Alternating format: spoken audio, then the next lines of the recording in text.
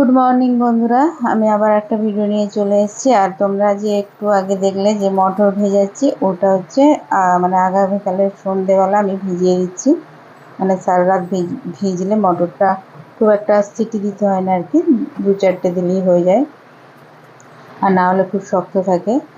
আর যেহেতু আজকে মানে বাবা আসবে, কালকেই ফোন করে বলেছিল, মায়ের সাথে কথা হচ্ছিলো, বললো তোর বাবা যাবে, বাবা মা ছিল সে তারকেশ্বরে গিয়েছিল, তোমাদের বলেছিলাম। তো আমার জন্য একটা শাঁখ আর বাবার একটা ছবি ফটো এনেছে আর কি, আর প্রসাদ দিতে আসবে।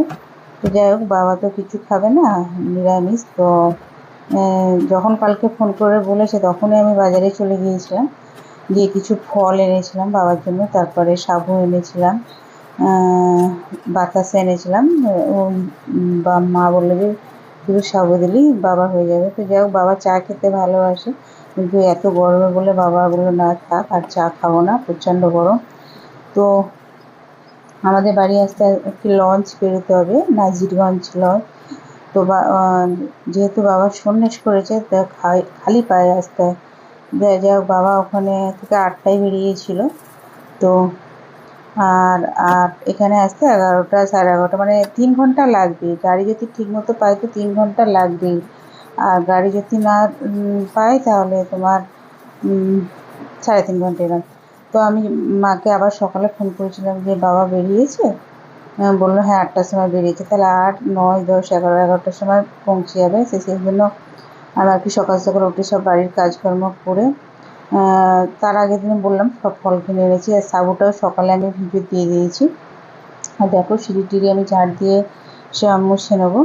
আর যে মটরগুলো ভিজে দিয়েছিলাম ওটা ঘুগনি করবো। মা বললো যে হলুদ খেতে নেই, তাই জন্য আমি আর ভাবলাম ঘুগনি করবো না, ওটা প্রেশারে সেদ্ধ করে। আর হ্যাঁ, সর্ষের তেলও খেতে নেই, সাদা তেল খেতে আছে, তাই আমি সাদা তেল দিয়ে শুধু কড়াই নেড়ে দিয়েছিলাম।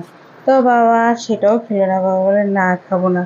খেলে কি বলে, মা মানে বাবার তো বয়স হয়েছে, বলে মা খাবো না, হজম হয় না আমার, হজম হবে না, সেই জন্য আমি খাবো না। তাহলে করে দিয়েছি তো কী মানে আমার, তারপরে আমাদের কে খাবে, আর সেই জন্য আমি কৌটোয় করে দিয়ে দিয়েছি। যাক, ভাই আছে, ভাই খেয়ে নেবে। দেখো আমি সিঁড়িটা মুছে নিচ্ছি, তারপরে আমি রান্নার দিকে চলে যাব। যাও, কিছুটা এগিয়ে রাখবো, কেন বাবা তো আস্তে আস্তে 11টা কি সাড়ে 11টা বাজবে। কিছুটা রান্না করে রাখলে আর কি বাবার সাথে একটু গল্পও করতে পারবো আর কি। তো বাবা মা আসলে আর কি গল্পের কোনো শেষ হয় না, সময় যেন কোথা দিয়ে কেটে যায়। এমনি আমি রান্না করতে 11:30টায় রান্না বসাই, তো তখন তো কেউ আসে না। তো যাই হোক, বাবা আসছে বলে আমি তাড়াতাড়ি করে রান্নাটা করছি। তো একবার করে রাস্তার দিকে মানে দেখছি কখন আসবে, মানে বাবা মা আসলেই, মানে যতই দূরে থাকুক বাবা মা, যেন আসলে কি আনন্দ, আর যেন সেই মুহূর্তটা যে কীরকম বলে বোঝানো যাবে না। বাবা মা এমন জিনিস। তো যাই হোক, তো বন্ধুরা এখন বাজে 1টা, আর বাবা এসেছিলো, এসে আবার চলেও গেছেন। ট্রেনে নাকি প্রচণ্ড ভিড়, সকালে এসছে তবু ট্রেনে ভিড়, মানে 6টা ট্রেন ছেড়ে দিয়েছে। তো যাই হোক, বাবা এসছে আবার দুপুর দুপুর করে। বাবা তো কিছু খাবে না, সাবু ভিজিয়ে রেখেছিলাম, বাবা খেলো না। কিছু ফল দিয়েছিলাম, কিছু খেয়েছে, কিছু আবার দিয়ে দিয়েছে, বলে যদি খিদে পায় তো খাবে। মানে আমাদের বাড়ি তো অনেকটা দূর, 3 ঘন্টা যেতে। আর বাবা দেখো তারকেশ্বর গেছিলো, এই ফটোটা এনেছে আমার জন্য, আর একটা শাঁখ এনেছে। আর এগুলো তো ঠাকুরের, মানে এগুলো কি বলে, রুড়ি না কি বলে। আর এই যে হাতে পরে আছে, এইগুলো এনেছে। আর দুপুরে রান্না হয়ে গেছে, আর বাবা তো সব খাবে না। যাই হোক, বাবা খেয়ে বাবা বেরিয়েও গেছে। বাবা কি বলো তো, এসে আর বাবা কোনোদিনই থাকে না, মানে মেয়ের বাবারা মনে হয় এরকমই হয়, মেয়ের বাবা মানেই দুঃখী। যাই হোক, দেখো এই ফটোটা কীরকম হয়েছে অবশ্যই বলবে। বাবা তারকেশ্বর থেকে আমাকে এনে দিয়েছে আর একটা শাঁখ।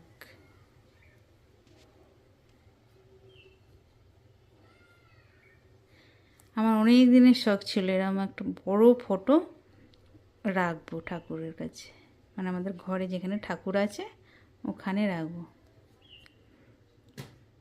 তো আমার বাবাই আমার স্বপ্ন পূরণ করে দিল। তো আমার রান্না শেষ হয়ে গিয়েছিল, বাবা আবার একটা বাইরেই চলে গেছে, বলে ট্রেনের প্রচণ্ড ভিড় হবে। তো বাবা চলে গেল, মনটা খারাপ, যাও আমরা আবার খেয়ে নিলাম ভাত সবাই মিলে।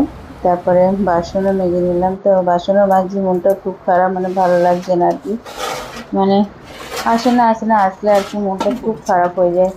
আর দুপুরটা মানে বিকেলটা সময় কাটতেই চায় না। তো বন্ধুরা, বাবা তো চলে গেল, কিচ্ছু খেলো না। আর ওই এনে রেখেছিলাম, ওটা কি বলে, সাবু না কি, ভিজিয়ে রেখেছিলাম, তো খেলো না। বাবাকে কটা ফল কুচিয়ে দিয়েছিলাম, ওই খেয়েছে, খেয়ে আবার চলে গেছে। আর আমার জন্য তো তোমাদের দেখালাম, একটা ফটো এনেছে, বাবার ফটো এনেছে, আর শাঁখ এনেছে। আমার শাঁখ ছিল না, নিচে আছে, তো আমার ওপরে ছিল না। আমার শখ খুব যে ওপরে বাজাবো, তো বাবাকে বলেছিলাম, অনেক দিন আগে বলেছিলাম যে আমাকে শাঁখ কিনে দেবে, শাঁখ কিনে দেবে। তো যাও, মা 2-3 বার গেছে, অত মনে নেই, তো আজকে এবারে গিয়েছিলাম, এনেছি। আর ঈদ ছিল, কদিন ধরে আমার কাজ ছিল না, মানে বিকেলটা না আমার সময় কাটছিল না। তা তা আবার এতদিন পর আবার একটু কাজ এসছে, তো এই কাজগুলো আমি এখন বসে বসে করবো। তো কালকে আমাকে আবার সকালে দিতে হবে। আর এখন আমার সন্ধে হয়ে গেছে, সন্ধে দেবো। আর আজকে তো মানে ফটোটা যে কোথায় টাঙাবো, আজকে তো আমার বড় মাসের পাত্তাই নেই। আর যত কাজ আজকেই পড়েছে আমার বড় মাসের, ফটোটা যে যখন টাঙাবো তোমাদের দেখাবো। আবার কালকে সকালে কাজটা দিয়ে, কালকে সকালে আবার মেয়েদের স্কুলের মিটিং আছে, কি ব্যাপারে জানি না, ওখানে যেতে হবে। দুটো মেয়েরই মিটিং আছে, তো ওখানে যেতে হবে। তো চলো, আমি এখন সন্ধে দেবো, দিয়ে এই কাজগুলো আমি করতে বসবো। তা বড় মেয়ে পড়তে গেছে, ছোটো মেয়েও ঘরে পড়ছে, ওর পরীক্ষা শেষ হয়ে গেছে বলে ও আন্টি বলেছে ওকে সে সোমবার থেকে পড়াবে। তো আজ যেহেতু সবে বৃহস্পতিবার, এখন অনেক বাকি ঘরেই পড়ুক। আর বড় মেয়ে পড়তে গেছে, তো আমি সন্ধ্যে দিয়ে এগুলো করবো। আর রাতের খাবার আবার সেই 9টার সময় গিয়ে রাতের খাবার করবো। তো চলো,